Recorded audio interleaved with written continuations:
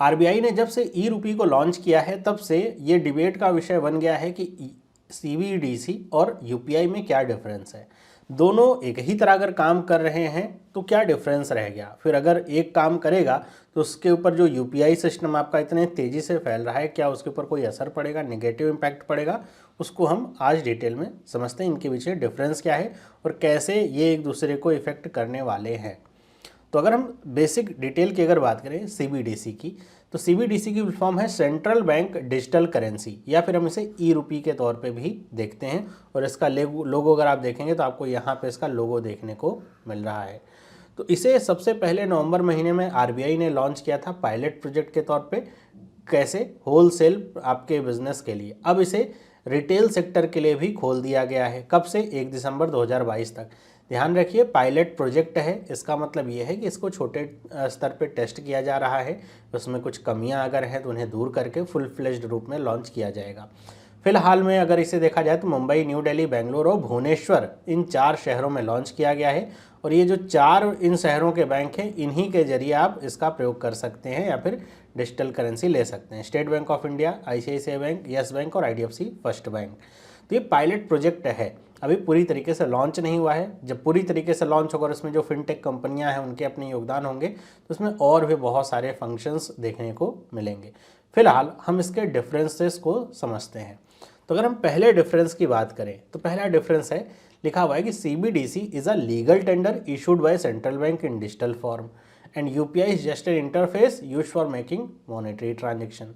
कि सीबीडीसी को क्या कहा जा रहा है कि ये क्या है, एक लीगल टेंडर है। लीगल टेंडर का मतलब कि जो आरबीआई के द्वारा बैक्ड है। जैसे हमारे पास नोट होती है वो एक लीगल टेंडर है। ऐसा नहीं होता कि आरबीआई जब मन करे उसको बंद कर दे, बंद करेगा तो उसके एवज में आरबीआई को उतना ही पैसा हमें देना पड़ता है। एक लीगल उसकी वैलिडिटी होती है और उसे लेने से कोई मना नहीं कर सकता, जो भी लीगल टेंडर होता है ना। तो इसी तरह जो सीबीडीसी है ये भी एक लीगल टेंडर है, इसे भी कोई एक्सेप्ट करने से मना नहीं कर सकता। लेकिन शुरुआत में हम देखें तो इंफ्रास्ट्रक्चर अभी अगर रिमोट एरियाज़ की बात करें उतना अच्छा नहीं है, तो ऐसे एरियाज़ को छोड़ करके बाकी अगर आप पेमेंट करना चाहेंगे तो कोई भी मना नहीं करेगा, आप सीबीडीसी से अगर पेमेंट कर रहे हैं तो ये क्या है, पूरा का पूरा जो आपकी नोट होती है उसी का डिजिटल ट्रांसफॉर्मेशन है और कुछ नहीं।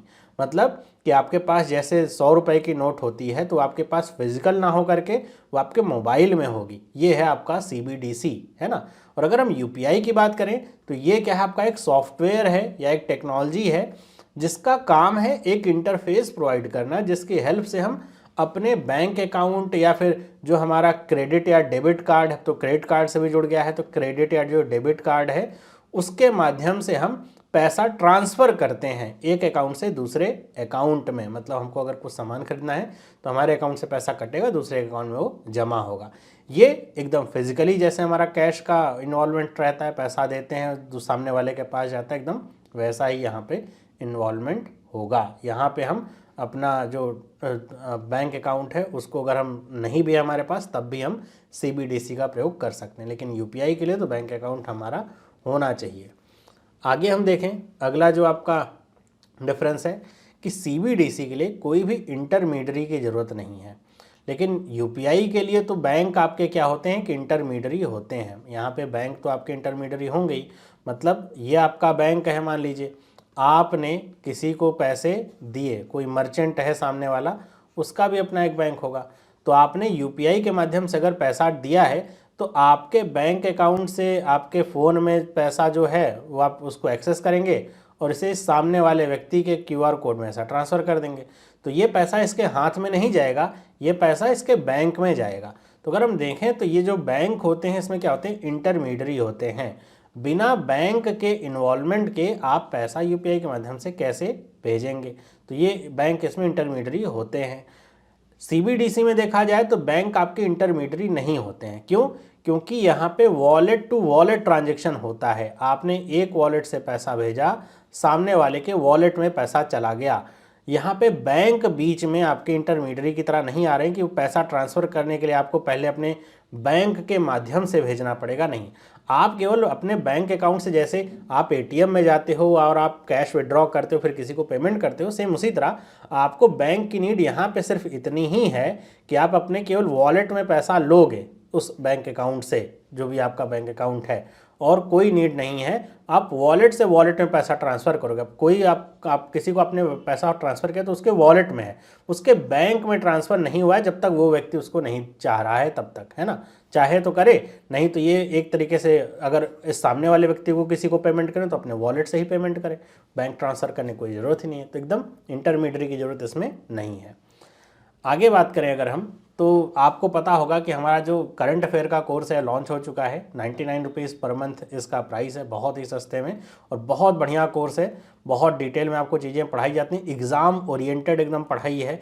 जो एग्ज़ाम में पूछी हो जाने वाली चीज़ें हैं वो एकदम डिटेल में पढ़ाई जाती हैं। तो आप चाहते हैं अगर करंट अफेयर का सेक्शन आपका अच्छा हो, जिससे आप करंट अफेयर का सेक्शन, डिस्क्रिप्टिव राइटिंग और इंटरव्यू तीनों चीज़ों को बहुत अच्छा कर पाएँ, और चाहे वो आपका बैंक का एग्ज़ाम हो चाहे SSC का एग्ज़ाम हो, अच्छे से निकाल पाएँ, तो इस कोर्स को ज्वाइन करिए। क्लासेस स्टार्ट हो चुकी हैं, देरी मत करिए। हम आगे बढ़ें, बात करते हैं हम अपने तीसरे डिफरेंस की। तो लिखा है कि it can serve as fit for purpose money और programmable payment, example government subsidies, cannot serve as fit for purpose money. अब इसका मतलब मैं समझाता हूँ आपको। फिट फॉर पर्पज मनी का उद्देश्य ये है कि अगर हम CBDC को चाहें तो किसी एक खास उद्देश्य के लिए भी दे सकते हैं किसी के वॉलेट में। जैसे मान लीजिए गवर्नमेंट की बहुत डिफरेंट जैसे तरह की सब्सिडी, जैसे मान लीजिए LPG की सब्सिडी है ना, LPG की सब्सिडी गवर्नमेंट ने किसी को दी, तो अब, या फिर LPG को छोड़ दीजिए, लेट से मैंने कहा कि फार्मर्स को मान लीजिए फर्टिलाइजर्स के लिए जो है सब्सिडी दी है गवर्नमेंट ने कि फर्टिलाइजर्स खरीद सकें फार्मर्स, तो गवर्नमेंट ने CBDC के फॉर्म में ये सब्सिडी किसानों के खाते में या फिर उनके अकाउंट में ऐसा डाल दिया है, उनको CBDC के रूप में दे दिया है।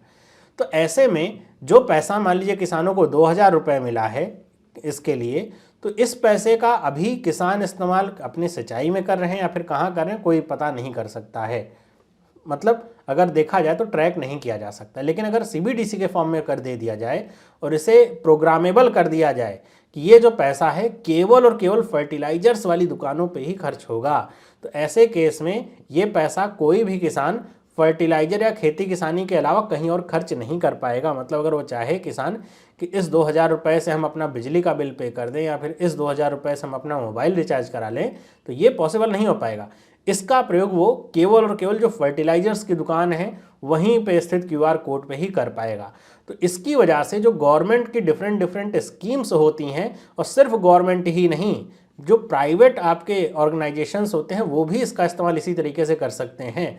जैसे मान लीजिए कोई प्राइवेट कंपनी है, और प्राइवेट कंपनीज भी अपने कर्मचारियों को डिफरेंट तरह के भत्ते वगैरह देती रहती है। मान लीजिए किसी कंपनी ने फर्नीचर एक्सपेंस के लिए कुछ पैसा दिया है किसी को, तो अब अभी वो व्यक्ति उसके लिए वो फर्नीचर खरीद रहा है कि नहीं खरीद रहा है नहीं पता।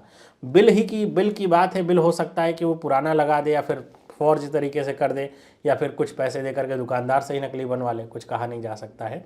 लेकिन अभी क्या है कि अगर CBDC का प्रयोग हो जाएगा तो वो जो पैसा है जो उसको मिला गया है कंपनी की तरफ से, मान लो 20,000 रुपये आपको दिया गया है, तो उस पैसे का इस्तेमाल केवल और केवल वो फर्नीचर की परचेज में ही प्रयोग कर पाएगा। अगर वो चाहे इस 20,000 रुपये से कोई मोबाइल फ़ोन खरीद ले या फिर कहीं घूमने चला जाए वहाँ पर खर्च कर दे, तो ऐसा पॉसिबल नहीं हो पाएगा। उसे केवल और केवल उसी एक उद्देश्य कर पाएगा। इसीलिए CBDC fit for purpose money के तौर पे भी देखा जाता है। लेकिन UPI में ऐसी कोई सुविधा नहीं है।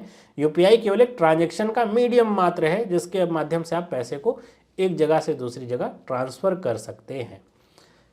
अगले डिफरेंस की बात करें कि CBDC में जो एक बहुत बड़ा कंसर्न था, जिसको 7 दिसंबर को RBI के गवर्नर शक्तिकांत दास जी ने बताया भी, कि लोग थोड़ा डर रहे थे इसको यूज करने के लिए, क्योंकि जैसे कैश मनी होता है तो उसको ट्रेस कर पाना मुश्किल है, या फिर उसके लिए अगर देखा जाए कि आपके हाथ में 100 रुपये हैं तो आपके 100 रुपये, आपने किसी और को दे दे तो किसी और के 100 रुपये हो गए, तो वो 100 रुपये कहाँ से किसके हाथ से चले आ रहे हैं आपको पता नहीं चलेगा। लेकिन अगर हम बात करें UPI की, तो UPI में तो आप पूरा ट्रेस कर सकते हैं सिस्टम की। अगर आपने किसी को 100 रुपये ट्रांसफ़र किए, वो 100 रुपये आपको कौन ट्रांसफ़र किया था, वो सारी आपके मेथड ट्रेस हो जाएंगे। कितने बजे आपने ट्रांसफ़र किए थे, किस व्यक्ति को ट्रांसफ़र किए थे, सब कुछ पता चल जाएगा। तो इसमें एनोनिमिटी नहीं है, क्योंकि इसमें बैंक इंटरमीडिएट होते हैं, उनके पास सारा डेटा होता है। लेकिन CBDC में कहा जा रहा था कि ऐसा हो सकता है क्या, तो इसको हटा दिया गया कि इसमें भी एनोनिमिटी पूरी की पूरी रहेगी। क्यों? क्योंकि इसमें कोई इंटरमीडियरी नहीं है। आप एक वॉलेट से दूसरे वॉलेट में ही पैसा ट्रांसफ़र करेंगे, जिससे बैंक का तो कोई इस्तेमाल इसमें है ही नहीं बीच में। तो इसमें भी आपका जो ट्रेस कर पाना है या फिर कोई आपके ऊपर नज़र रखेगा बाहर से कि ये जो पैसा है आपने किसको किसको ट्रांसफ़र किया, वो पॉसिबल नहीं होगा, है ना। अगला देखते हैं क्या डिफरेंस है। लिखा हुआ है कि सीबीडीसी के लिए कह रहे हैं कि it is in initial stage of development. Simple सी बात है, अभी ये पायलट प्रोजेक्ट के तौर पे लॉन्च किया गया है, तो अभी इनिशियल स्टेज में ही है डेवलपमेंट के। अभी इसमें बहुत सारे और सुधार होंगे, बहुत सारी नई फंक्शनलिटीज़ टेक्नोलॉजीज़ आपकी जुड़ेंगी। वहीं बात करें अगर यूपीआई की, तो ये तो डेवलप्ड है, लेकिन अभी और भी इसमें सुविधाएं हैं, लेकिन पूरी तरीके से देखा जाए डेवलप हो चुका है। बहुत सारे फंक्शंस, फीचर्स और बहुत सारी कंपनियाँ इसमें ऑलरेडी ही काम कर रही हैं। इसीलिए जो सीबीडीसी है इसमें भी लेस फीचर्स हैं, अभी बहुत ज़्यादा फीचर्स नहीं हैं। उम्मीद करी जा रही है कि समय के साथ बहुत सारी फिनटेक कंपनियां जब इसमें जुड़ेंगी, काम करेंगी, तो बहुत सारे पर्पस फीचर्स इसमें आएंगे। लेकिन अगर यूपीआई की बात करी जाए तो ये तो अभी फीचर लोडेड है, इसमें बहुत तरह के फीचर्स हैं, अलग अलग बहुत सारे फीचर्स हैं। अभी तो देखिए तो अभी क्रेडिट कार्ड से भी आप पेमेंट कर सकते हैं यूपीआई से, वो भी फीचर जोड़ दिया गया है। ऑटो पेमेंट का फीचर है कि आप अपने सारे बिल को ऑटो पे कर सकते हैं, ऑफलाइन पेमेंट भी कर सकते हैं बहुत आसानी से अगर आप चाहें तो यूपीआई के माध्यम से। तो ऐसे बहुत सारे फीचर्स हैं।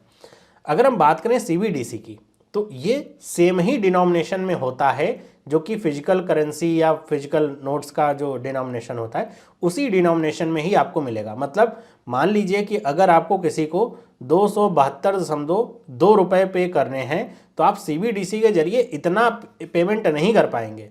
आप या तो 272 रुपये करेंगे या तो 272.5 रुपये करेंगे, इतना पेमेंट नहीं कर पाएंगे। लेकिन अगर हम बात करें यूपीआई की, तो उसमें कोई डिनोमिनेशन नहीं। आपको कोई भी अमाउंट कहा जाए, आपको 272.2 रुपये कहा जाए, तो आप उतना भी पेमेंट कर सकते हैं, क्योंकि ये डिजिटल फॉर्म में ही है और जितना रुपए का आप चाहें उसमें काट सकते हैं। तो ये सेम डिनोमिनेशन में होता है जिसमें नोट्स होती हैं, तो उसी फॉर्म में आपको मिलता भी है, कॉइन्स और वो सारे फॉर्म। मैं आपको दिखा देता हूँ। ये देखिए, जैसे आपको देखने को मिला, ये है आपके ई रुपीज़। आप देख रहे हैं 50 पैसे का है, ये 1 रुपये के कॉइन के डिनोमिनेशंस हैं, फिर 2 रुपये, 5, 10, 20, 50, 100, 200, 500, 2000। ये आपका सीबीडीसी के तहत जो आप ई रुपी को खरीदेंगे या फिर ई रुपी को खरीदेंगे, क्या जो आप विड्रॉ करेंगे अपने बैंक से, तो वो इसी फॉर्म में आपको मिलेंगे। तो आप चाहे तो रुपए ले लीजिए, 1 रुपये के सिक्के ले सकते हैं, 2 रुपये के ले सकते हैं, 200 के नोट, 2000 के नोट, कोई भी आप ले सकते हैं।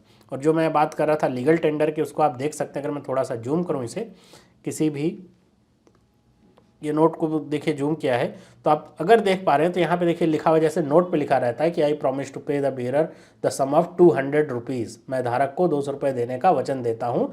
आरबीआई के जो गवर्नर उनकी साइन है और ये 200 रुपीज़ है। तो ये आपका एक लीगल टेंडर माना जाता है। मतलब आपने अगर डिजिटल करेंसी या ई रुपी को ले रखा है, आपके वॉलेट में है, तो कभी भी वो ख़त्म होने वाली चीज़ नहीं है, ना तो एक्सपायर होने वाली चीज़ होंगे कि एक्सपायर हो जाएगा तो क्या करेंगे, है ना। ऐसा कुछ नहीं है। आप बड़े आसानी से उसको जब चाहें जहाँ चाहें ट्रांसफ़र कर सकते हैं, उसको विड्रॉ कर सकते हैं अपने बैंक में। वो एक लीगल टेंडर ही आपका है। तो ये था 7 डिफरेंस ई रुपी और सीबी और आपका यूपीआई के बीच में। तो ई रुपी सीबीडीसी जो है वो एक डिजिटल फॉर्म है, यूपीआई एक ट्रांजैक्शन का मीडियम है। दोनों के अपने फीचर्स हैं और दोनों के अपने हानि या लाभ कह लीजिए वो आपके आते हैं, लेकिन दोनों सेम चीज़ें नहीं हैं। लगते जरूर सेम है लेकिन सेम चीज़ें नहीं हैं। आपको ये वीडियो अगर अच्छा लगा है तो वीडियो को आप शेयर जरूर करिएगा और चैनल को सब्सक्राइब कर लीजिए, ताकि इस तरह की और वीडियोस आपको मिल सकें। और आपकी अगर कोई डिमांड है किसी खास टॉपिक पे वीडियो बनाने की जो आपको समझ नहीं आ रहा है, तो आप मुझे कमेंट करके आप ज़रूर बताइएगा कि कौन सा वो टॉपिक है जिस पे वीडियो बनानी है। मैं मिलता हूँ आपसे अगली वीडियो में, तब तक के लिए सभी को बाय।